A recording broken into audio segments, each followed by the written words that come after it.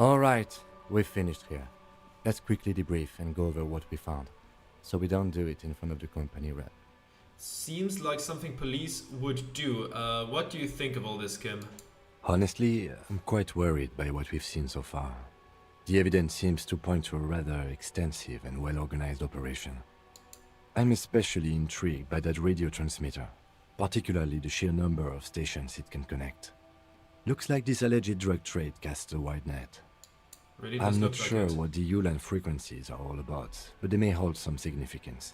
Perhaps it's a better way to connect between fleets while avoiding frequency bleed, or maybe it's used to tap into RCM networks. Listening in on your calls between you and your station, a worrying prospect. Yeah? Obviously Half-Light is worried. Half-Light's worried about everything. Oh, and the maps we found. They reveal the geographical extent of the operation. Looks like they've used abandoned tunnels and access roads to stay hidden. This is useful info. And last but not least, it looks like the Hardy Boys knew this driver, as we know that she was present at the lynching. This may be the Union connection we've been searching for. The probe and the case converged, he thinks. This was quite the find. What about the movie posters? How do they factor into all this? As elegant as they are, I don't think they are relevant to the drug trade. Don't be fooled. Desire always plays a role. A lot of women there, especially for a lady driver's cabin.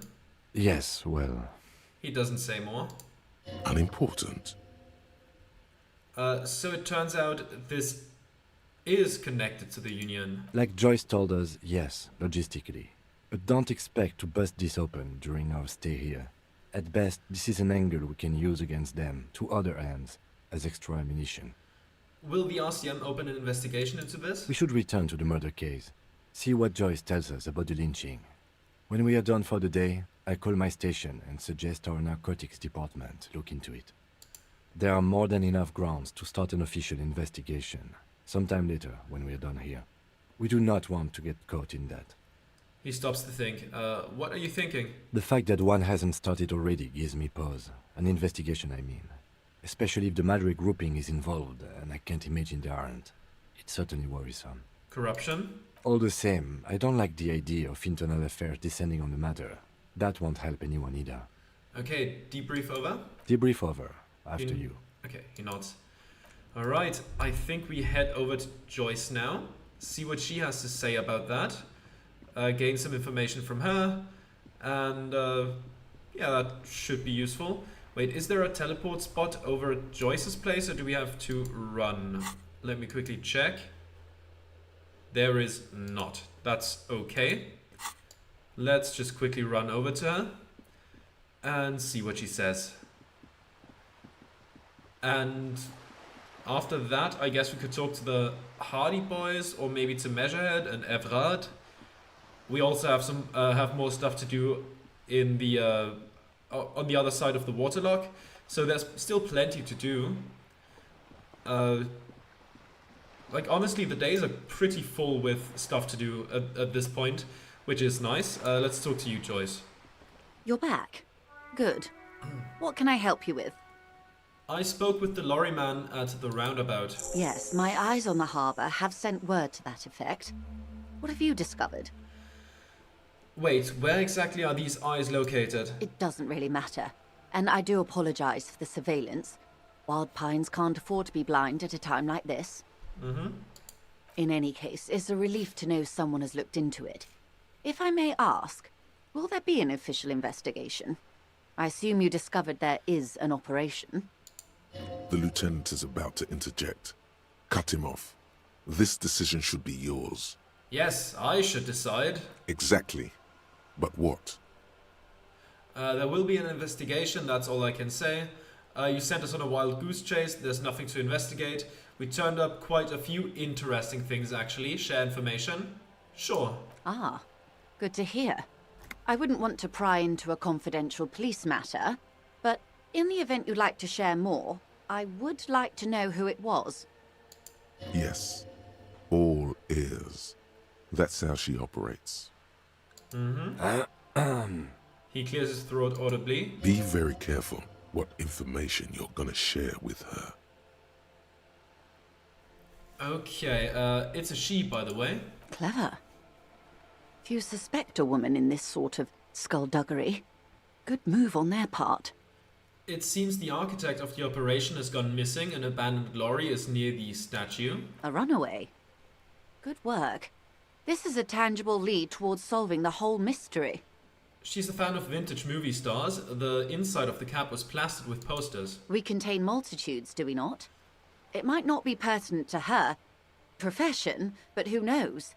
It may help you find her yet. I saw a really advanced radio system with a lot of stations saved. That speaks of the vastness and sophistication of the operation. Were you able to examine the radio? Unfortunately, the dial knob was missing. The radio itself was inoperative. Sensible for her to disable access to such essential information. I found research about something called ULAN frequencies related to the operation. High-intensity microwave frequencies. They're used for navigational purposes, to compress the inter-eastlery space.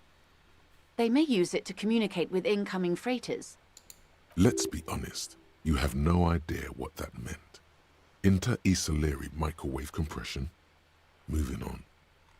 Yeah, but I understand it, because I think she talked about it when we had, the whole conversation about the Pale, that by sending radio waves back and forth, you can compress the latitude of the Pale and shorten the distance. So I suppose it has something to do with that, and as well, communication with the freighters that come through the Pale. So I think that kind of makes sense, but our logic is, yeah, that's 1 plus 6. Our logic is 1. We failed. I came upon a few hidden maps illustrating the range of the smuggling network. First-rate find. That should tell you all you need to know about their network, I would imagine. Yes, they spread all over Jamrock and beyond. I couldn't even identify the exact endpoints. So this goes beyond Jamrock. At least you now understand the gravity of the situation, and those maps should prove very valuable indeed. It's possible there's even a connection to La Puta Madre. What is La Puta Madre? A seriously bad guy.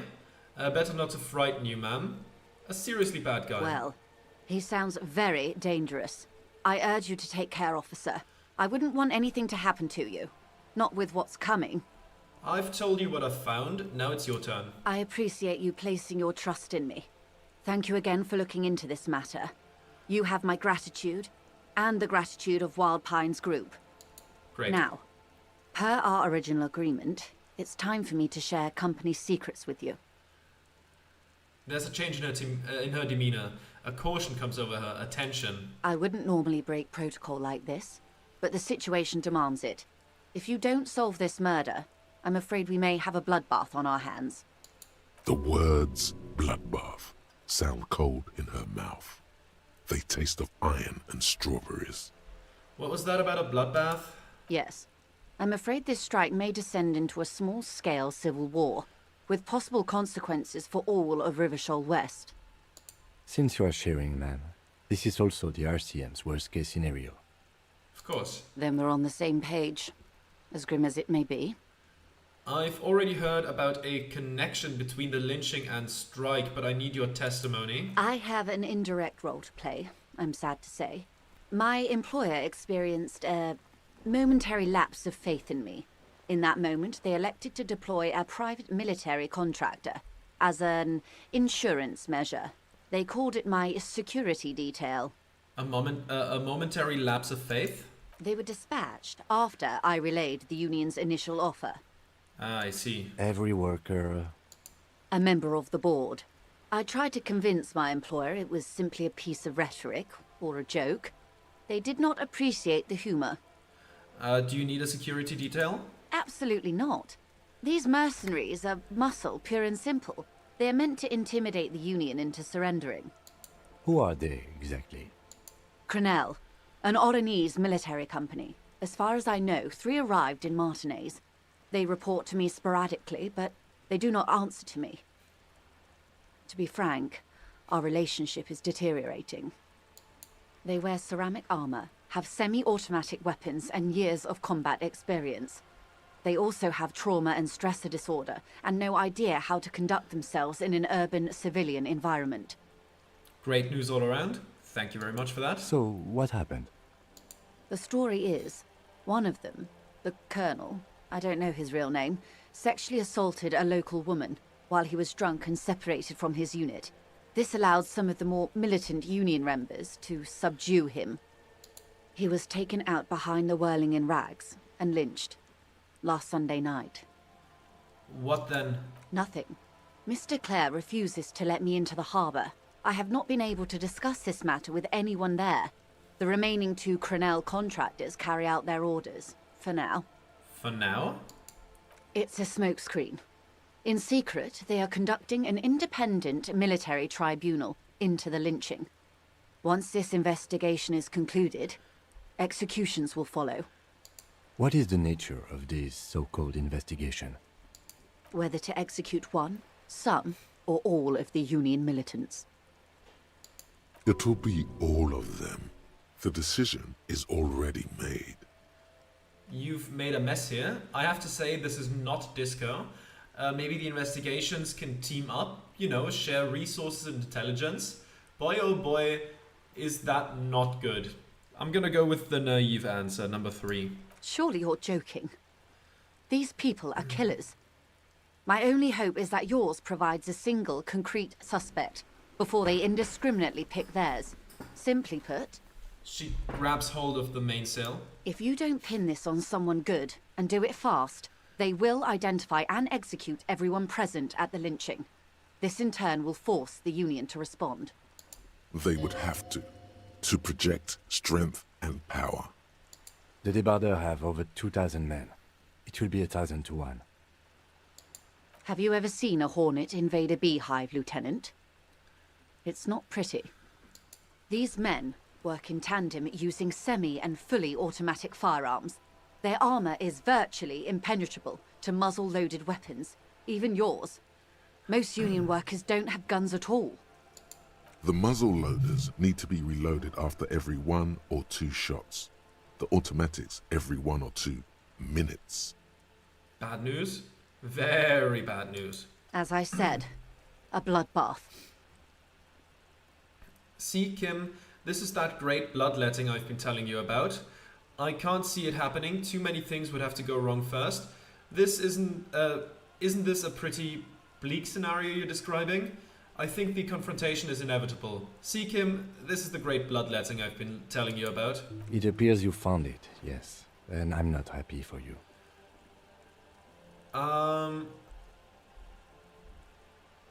Isn't this a pretty bleak scenario you're describing? Many bleak scenarios have already come true. Nameless, badgeless detective of the citizens' militia. All we can do is keep the rest from going the same way. One single concrete suspect delivered into civil court, and I may be able to defuse this situation. What can you tell me about Crenell? Not much. Their public resume is relatively good, as far as private military contractors go. I believe they were once called Downwell. They boast a long list of clients: Saint-Baptiste, Welchman-Lorenz, Eintracht. A warning sign, however. The operations concerned all take place in third or fourth world countries. Guarding facilities, escort missions and such. Yeah, that's not good. Especially with like Dutch names and all that attached to it, and French names that evoke some pretty bad stuff from history. So, yeah, not great, not great. Meaning they're used to operating in war zones. Yeah. Yes. All the good conflict corridors, Supramundi, Yesut, the Seminese Islands, countries that don't have a good record reporting atrocious military conduct on their soil. Sounds like maybe the colonel went a little native during the course of his duties. Okay, anything else you got on them? Sounds like maybe the colonel went a little native during the course of his duties. I wouldn't go as far as to use that term, detective. What, going native? Yes. Feels like there's a good response here, but you're not coming up with one. Carry on. Okay, anything else you got on them? Sadly, no. Before this happened, I had little interest in them. Now that I do, I don't have the resources. She thinks. If you still have access to the ICP's database, you could run a better background check than I ever could. It may take some time, though. She thinks. Do you know a lot about the inner workings of the RCM and the ICP, ma'am? In my line of work, it pays to do your research. I was prepared to deal with the RCM. I did not think I'd be dealing with a group like Crenell. Could you contact the company, tell them to call them off? I have. And they will. However, these orders take time to reach what is basically a rogue unit out in the field here. Until they do, it's all on us. You said the deceased assaulted a woman? Or he didn't. This is information passed on to me from some teenagers loitering around the canal. I cannot testify by it. Who did the passing on then? The remaining contractors. Their tribunal. It's what they believe. What did these teenagers by the canal say? That the man was killed because he assaulted a local woman. I've asked around a bit. This seems to be the accepted story around Martinez. The lieutenant consults his notebook, his eyebrows knitted in concentration. Odd. We haven't heard any reports about an assault in connection with the lynching. Where did it take place? And when? Last Sunday night, at the Whirling in Rags, the hostel by the gates. Supposedly, the colonel was drunk, maybe on narcotics too. Either way, he's alleged to have sexually assaulted a woman. Sometime later, a group of dock workers got their hands on him. And who was this woman? That's a good question, officer. I don't have the slightest idea. As I said, it's a rumor. About a rumor. In any case, it's what the colonel's remaining colleagues believe. You'll meet her soon enough, you feel. This colonel, the one who was hanged, did you know him? If you mean did I see him alive? Yes. But I did not know him. His name was? Lely. His service name. A nom de guerre, most likely. He wouldn't divulge his full name. Only one of them did. A bad sign if there ever was one. Tell me about the others first. One is a man. Corty, they call him. A nickname as well. The other a woman. Phyllis DePaul. Corty is the gunner, I believe. DePaul is a radio operator. What would you say was his eye color? The deceased's. She closes her eyes, trying to picture the man's face, then shakes her head. I can't remember. There's a pang of regret to her voice. That's all right, ma'am. Anything else? Nationality? What would you say was his age? He was 40. Or 50. It's hard to say which. He had a combat injury on his lower jaw. It made it difficult to estimate his age, or gauge his facial expressions. Indeed. This matches the dental reconstruction we saw on the body. What else? Nationality? Accent? He was, Occidental, I think. Light brown hair, a mixed accent, Oranese, or Messinian, maybe. His injury gave him an accent all his own. In a way, it was humanizing. He had to learn to speak through it. Through the injury. That's all I know, I guess. I only met him once. Okay, that's already okay information, I suppose, but obviously doesn't really get us much further. Must be hard to force your face to move in a new fashion. If you continue like this, you'll have an aneurysm. Then you'll have to. Where are the remaining two mercs now? They've gone to ground, as it were. I don't recommend seeking them out. For one, they're almost certainly armed to the teeth. They don't have the same respect for the Revachol citizens' militia as I do. To put it bluntly, they think you're vigilantes. Ghetto savages. It will not be a fruitful meeting. Vigilantes. You're a professional officer of the only legitimate authority in Revachol. Vigilantes? The RCM gets its authority from the Coalition. Where does theirs come from? Somehow, I doubt that lecturing them on the legitimate use of force will persuade them to stand down. We still need to know where they are. You're likely to run into them eventually. When that happens, I'll be in a better position to mediate if I don't appear involved. Okay. Where are these mercenaries? One is obviously the scab leader at the harbour gates. The one chanting the idiotic slogans. He's barely maintaining his disguise. The other has a vantage point in a building south of the roundabout. They were keeping tabs on you while you were canvassing the lorry drivers. That does make sense. One must be the goon in ill-fitting in ill-fitting work clothes by the harbour gate, the scab leader. That may be so. I still hope you heed my advice.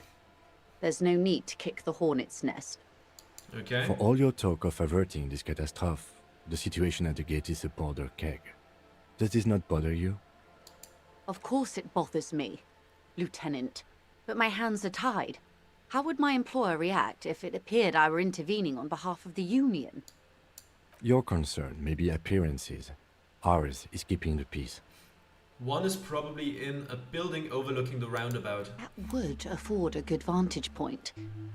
In any case, it's practically inaccessible. Where is your radio for contacting them, if I may ask? Do you have an earpiece? Heavens no. I'm not an undercover agent. There's a short wave at the ship's wheel. I had another question for you. I hope I can answer it better. How much time do we have? Until the executions start? Truthfully, I don't know. It depends on their progress identifying the members of the lynch mob, and their impatience. They don't report their progress to you? Not on this matter. I'm afraid they consider this a personal initiative. There is a brief silence. Seagulls squawk over the bay. It's a matter of days, not weeks. Yeah, it's looking a bit grim. That's enough for now. I am sorry to have been the bearer of bad news. If there is anything else I can help you with, please ask. Now, can you tell me about these tattoos? Of course. Excuse my hesitation before. She reaches over the guard wire and takes the photo, holds it in her hand. For about half a minute, in silence. It was taken with a trigette not long ago. This is the man's upper body. There were no more markings on his hands or legs. Let's stay quiet and observe the woman's expression. Her mouth is relaxed. The accordion lines near her mouth vanish. The pearls of her eyes move slowly on the photo's surface. What do you think? Sorry. I was trying to see if I can read the web of interdependencies between these points. The stars. She points to one on the photo paper. I can't. But that's how you read this story. The points themselves don't have letters, numbers, anything. Their size, location on the body, and distance from each other tells you what they represent. Like blooms in a pattern? Close. Port cities. This is an Oronese map of the waterways, a sailor's tattoo worn by wayfarers of the Dolorian century. Over 300 years ago, the sailors would mark their bodies to map their travels. What is the use of this map? The sailor's soul would use it to fly back home if they should die abroad.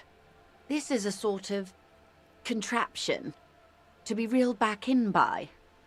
The silver cord, they would call it. Where is he now? This one is going nowhere but the morgue. I've spoken to him. For now, the soul is fastened inside his corpse. This one has flown quite far by now. Nowhere, there is no soul.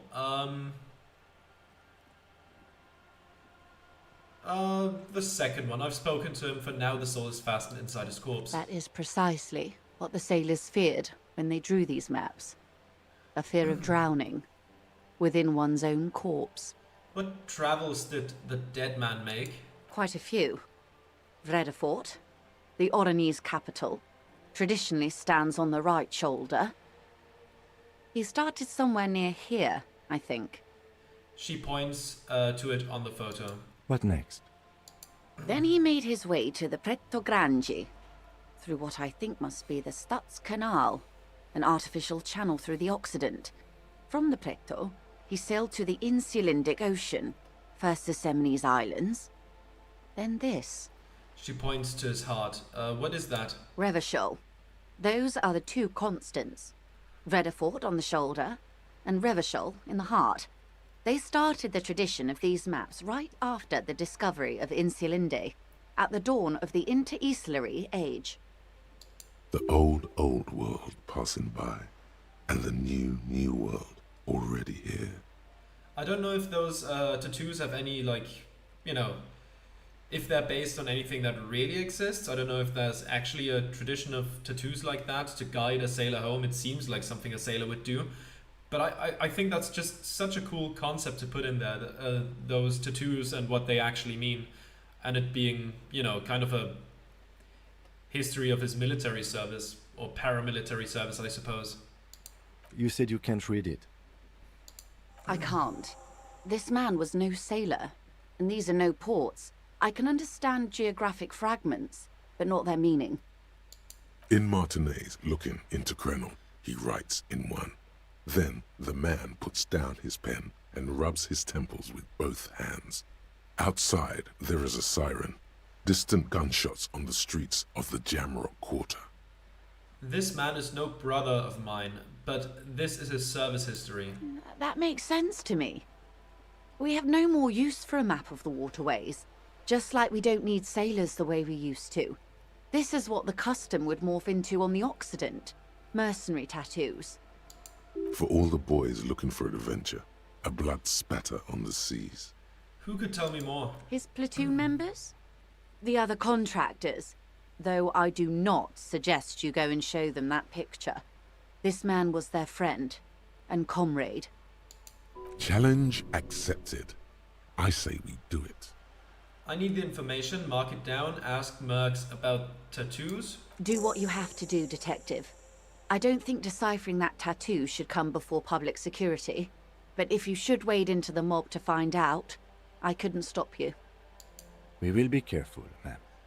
That's all for the tattoos. Thank you for your help. Is there anything else I can help you with? Show her your badge. I found my badge, by the way. By love, you did. She inspects the piece of blue plastic, her eyes scanning from left to right. Fast, observantly, like an electronic printer. Pleased to meet you, Lieutenant W. Freighter Dubois. I am glad to see a man of high qualification. The situation is precarious. What can I help you with, Lieutenant Freighter? Thank you, that's all for now. Now, how many points do we have? We have 2 of them. Very good. That means I can forget Detective Cousteau. I'm gonna do that, since we don't feel like Cousteau anymore. After all, we're Tequila Sunset now, and I'm gonna internalize the finger pistols 9mm. Less savoir-faire, but that's fine. And I feel like that fits in with, like, bringing of the law jaw. So let's do that. There we go. My savoir-faire, of course, suffers, but that's fine. And it's only an hour. But I think I'm gonna have to call it here. Thank you very much for watching, and I'll see you next time. Goodbye.